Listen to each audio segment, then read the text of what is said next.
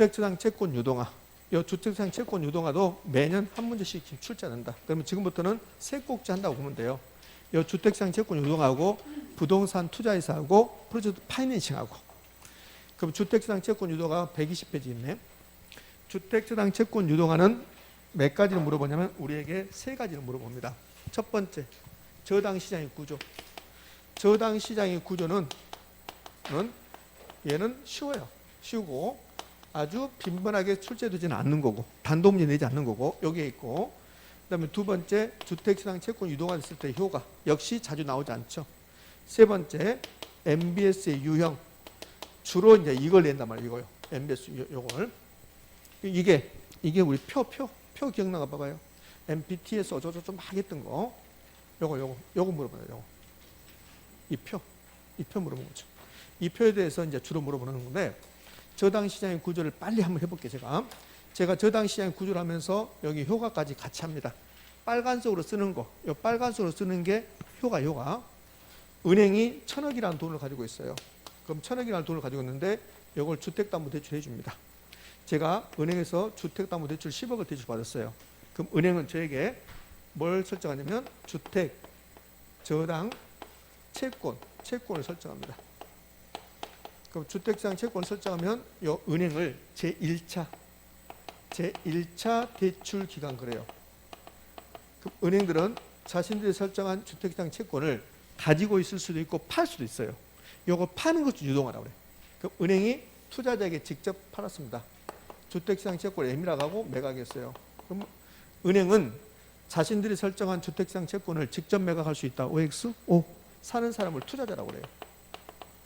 그럼 팔면 투자자 돈이 이렇게 오는 거죠. 이렇게 현금 유입됐습니다.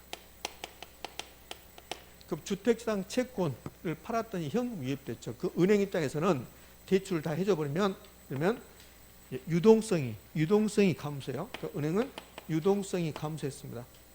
대출해줬으니까. 그럼 대출해줬습니다. 대출해줘서 1번 대출해서 유동성이 감소했다. 이런 상태였었어요. 그런데 이거 팔면 은행이 현금이 들어오죠. 유동성을 증가시킨다. 이거 예전에 매우 잘 냈어요. 주택시장 채권 유동화는 금융기관의 유동성을 증가시킨다. OX? O. 유동성이 증가하면 그럼 유동성 위험은 현금이 없어지는 거예요. 유동성 위험이 감소하죠. 유동성 위험은 감소하고 유동성은 증가하는데 이거 반대로 유동성 위험은 증가하고 유동성은 감소한다. 이렇게 반대로 출제했단 말이에요. 그럼 유동성이 증가했단 말은 요즘 잘 출제하지 않습니다. 그러면 은행이 대출 여력이 생겼다. 대출 여력이 확대됐다. 돈을 확보했으니까, 현금 확보했으니까. 그럼 은행은 돈이 풍부해지면 대출을 많이 해줄 수 있겠네. 그러면 은행은 이자를 많이 받을까 조금 받을 수 있을까? 조금 받아도 되겠지. 조금 받아도.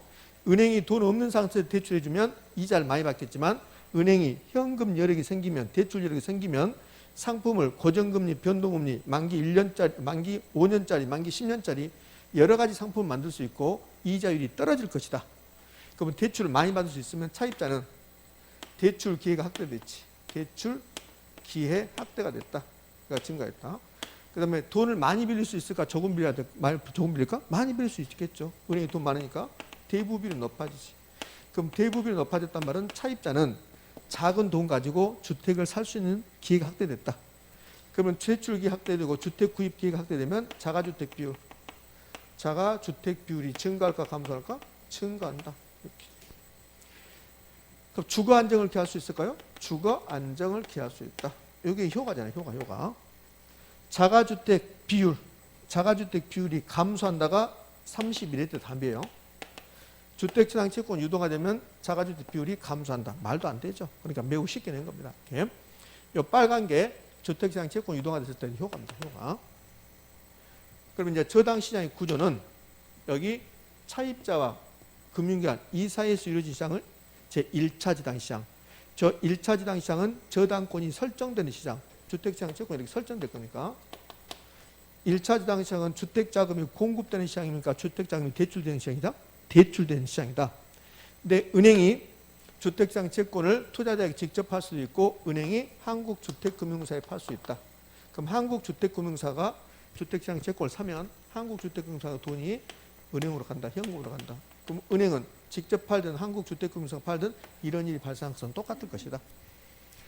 그러면 은행하고 한국주택금융사하고 투자자 사이에 이루어진 시장을 제2차 저당시장이라고 한다. 2차 저당시장은 저당권이 팔리는 시장입니까? 팔리는 시장이다. 저당권 유동화되는 시장이고 주택자금이 대출되는 시장입니까? 공급되는 시장이다. 공급되는 시장이다. 예? 한국주택금융사를 제2차 대출기관이라고 부른다. 그럼 한국주택금융사는 제1차 대출기관 금융기관은 제2차 대출기관 한국주택금융사 1차 대출기관 금융기관은 주택시장 채권을 가지고 있을 수 있다 없다? 있다. 팔 수도 있고 가지고 있을 수도 있다. 이렇게요.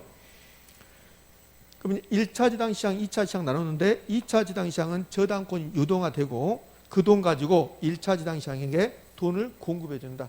주택자금을 공급해 주는 시장이다. 차입자하고 2차 저당시장하고 관련이 있습니까? 없습니까? 전혀 관련이 없다. 우리는 신한은행에서 대출 받고 우리에게 설정한 주택시장 채권이 어디서 팔렸는가 안 팔렸는가 모른다고. 그러면 원래 차입자와 2차 저당시장은 전혀 관련이 없다. 그럼 저당시장의 구조도 다 끝났어요. 이제 한국주택금융사는 2차 저당시장에서 활동하는 겁니까? 1차에서 활동한다? 2차에서 활동한다. 그것도 쉬운 문제야.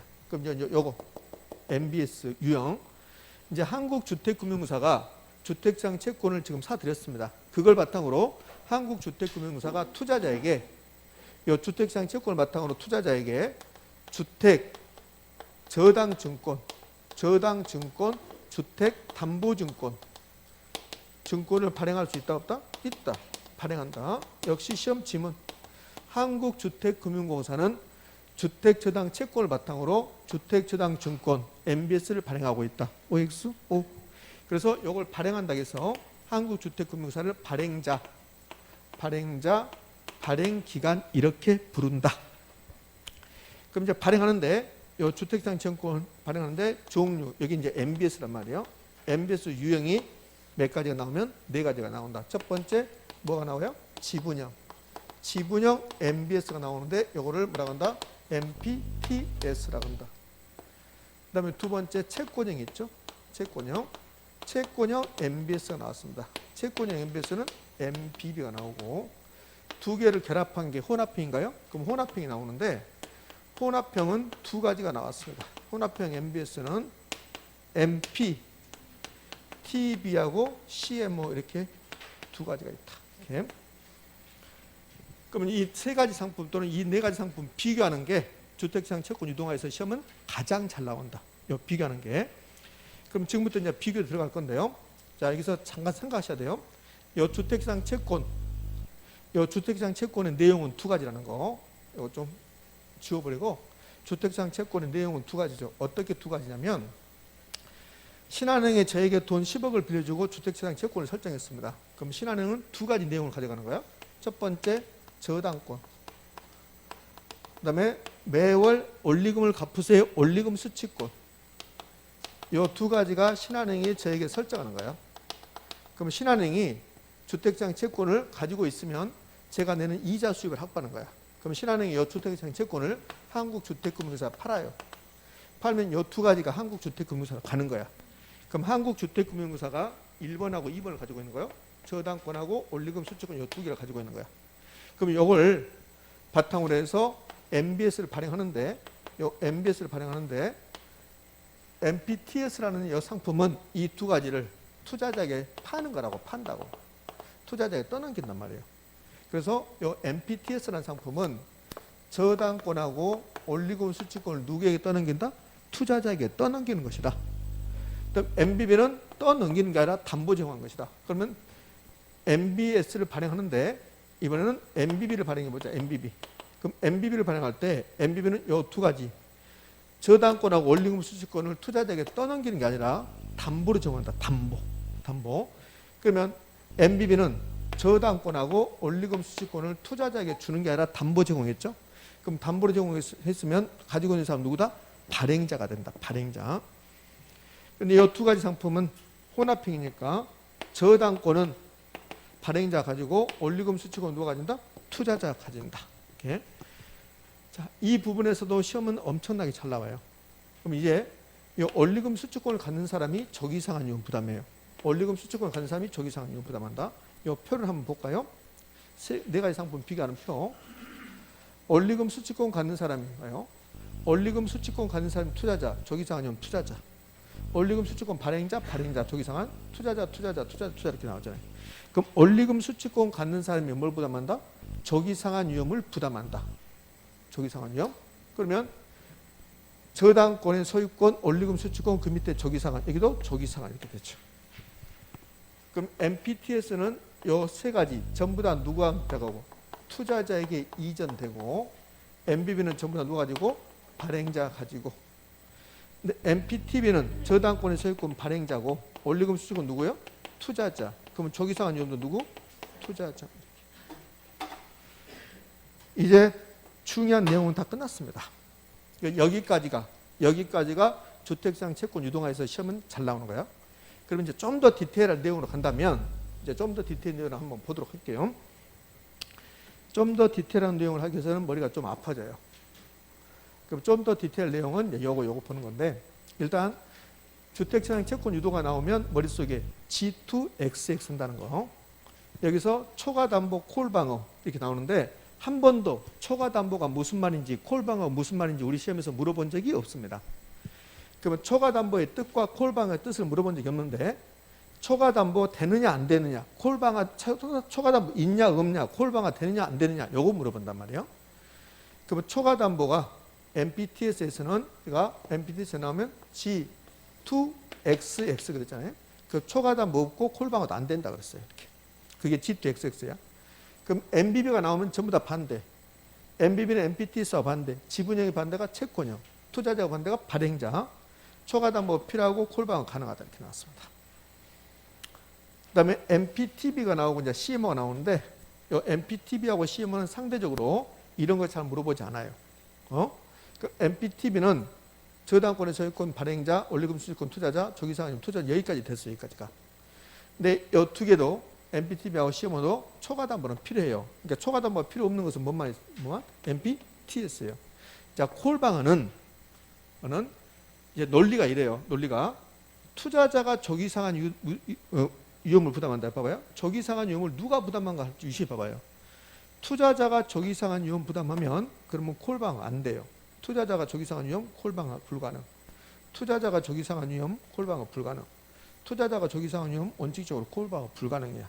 근데 발행자가 저기상한 위험 부담하면 콜방어 가능하다 이렇게 나온다. 오케이? 그럼 콜방어가 무슨 말인지 한 번도 낸 적은 없어요. 일단 콜방어 된다 안 된다를 하셔야 돼. 그럼 MPTS에서는 안 된다. 그럼 MPTB에도 안 된다. MPTS하고 가장 비슷한 게 MPTB야. 그럼 이거 안 된다 하면 된다고. 요 글씨 숫자 가지고도 할 사람이잖아요. 안 되면 글씨 숫자가 4개짜리면 콜방어 안 된다. 3개면 된다. 이렇게 하시라고. 자, 여러분 책에 이건 없어요. 이거 채무불이행 위험은 없습니다. 그러니까 채무불이행 위험은 이제 잘 안 나오는 딱 한 번 나왔어요. 그러면 채무불이행 위험이든 뭐든 간에 MPTS는 전부 다 뭐요? 투자자. MPTS에서는 채무불이행 위험이든 뭐든 간에 투자자잖아요. 그러면 MBB는 이제 누구도? 발행자. 채무불이행 위험은 MPTS만 투자자, 전부 다 발행자. 요거 하나 책에다 써두시기 바랍니다. 채무불이행 위험은 한 번 딱 나왔어요. 그러니까 잘 나오지 않는 거죠. 그럼 채무불이행이 나오면 그러면 여기 MPTS만 누구요? 투자자, 전부 다 발행자 이렇게 하시면 되겠네. 그리고는 이제 초과담보가 뭐냐, 콜방어 뭐냐, 뭐 이렇게 볼 건데, 저 초과담보가 약간 이제 어렵게 나오면 초과담보를 물어본단 말이에요. 그럼 제가 초과담보를 설명해 볼 테니까 들어보시라고요. 이 초과담보가 어렵게 나오면 이렇게 나와요. 논리를 알면 좀 쉬워져요. 이 발행자가 있네, 발행자. 그다음 투자자가 있어요. 그럼 투자자가 이제 발행자가 투자자에게 MPTS를 발행을 해요. 예? 그러면 이거는 이제 초과담보 있냐 없냐? 초과담보가 없어요. 초과담보가 없다. 그럼 왜 초과담보 없을까? 이 발행자가 MPTS를 발행했습니다. 그럼 MPTS를 발행하려면 이 발행자가 주택, 저당, 한국주택금융사가 주택저당 채권이 있을까 없을까? 있어요. 요걸 바탕으로 MPTS를 발행할 거니까. 그럼 한국주택금융사가 주택장 채권을 가지고 있는데 이 주택 채권액이 1,000억입니다. 1,000억. 1,000억이라는 주택장 채권을 가지고 있는 거야. 그럼 한국주택금융사 이 1,000억을 바탕으로 MPTS를 발행한다. MPTS는 이 주택장 채권을 투자자에게 그렇게 파는 거라고.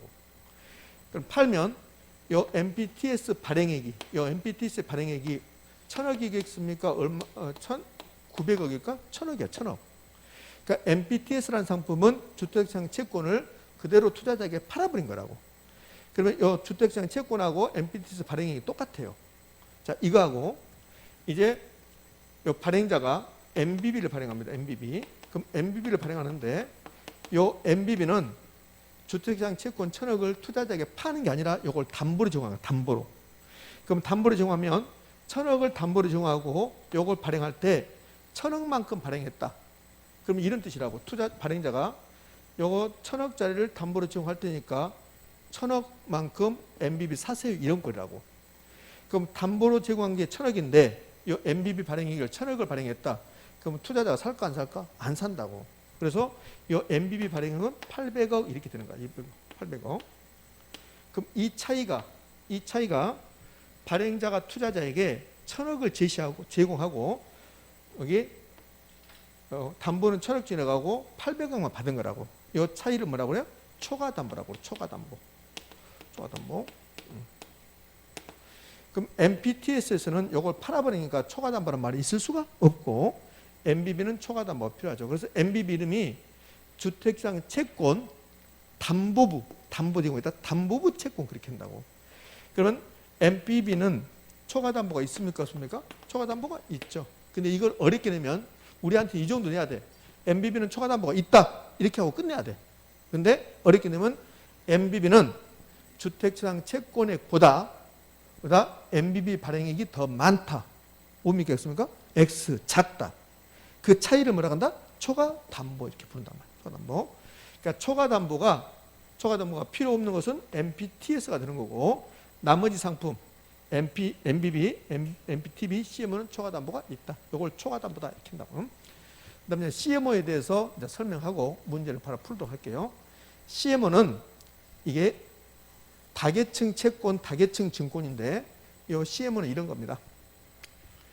자, 한국주택금융사가 주택장 채권, 이 주택 저당 채권을 가지고 있는데 이 주택장 채권액이 이제 1,000억이에요. 1,000억. 1,000억을 가지고 있는데 저는 이런 상품을 사고 싶어요. 제가 이런 상품을 투자하고 싶은데 제가 100억을 가지고 있어요. 100억. 그러니까 100억을 가지고 저 상품을 사고 싶은데 저는 3년만 투자하고 싶어요. 투자 기간이 3년이다. 3년만 투자하고 싶다. 그런데 이런 상품들은 기본적으로 장기야. 장기. 10년, 20년 그런다고. 그럼 내가 3년 만에 요 100억을 3년만 투자하고 3년 후에 회수해서 다른 데 투자하고 싶어요. 그러면 10년짜리 20년 사버리면 묶여버린다고. 채권에. 그래서 여기 한국주택금융사가 저 같은 사람들 위해서 3년짜리를 만들어주는 거야. 그럼 이 주택장 채권 1,000억을 가지고 만기를 다르게, 만기 구조를 다르게 여러 개를 만든단 말이에요. 그럼 만기 1년짜리 만들어줘요. 1년짜리 100억을 발행해. 100억을. 그러면 1년만 투자할 사람 요거 사면 된다고. 그럼 2년짜리, 만기 3년짜리, 만기 4년짜리 이렇게 만들어준다고. 그럼 만기 3년짜리 300억을 만들었어요. 그럼 저는 이거 사면 된다고. 이거 만기 3년짜리. 그러면 3년간만 이자 수입 확보하고 그 다음에 원금 100억을 회수할 거니까. 이제 CMO 다계층 채권을 지금 공부하는데 CMO든 MPTB든 전부 다 채권입니다. 채권. 그럼 채권이면 이자율이 있을까 없을까? 있겠지. 그래서 이제 이자율이 나온다고. 이자율. 그럼 이자율은 시간의 대가죠. 시간의 대가. 그럼 이자율이 시간의 대가면 시간을 오랫동안 기다리면 이자율이 높을까 낮을까? 높겠지. 그러면 이자율이 1년에 1%라면 2년짜리는 1.2% 이렇게 한단 말이에요. 이렇게. 이걸 계층이라고 그래요. 계층. 프랑스 말로 트렌치라고 합니다. 그러면 CMO는 하나의 주택장 채권을 가지고 만기와 이자율이 다른 여러 개의 채권 형태로 만드는 MBS를 말한다. OX. CMO는 만기 구조에 따라서 이자율이 다른 게 일반적으로 된다. 됐습니까? 그러면 끝났죠. 이렇게.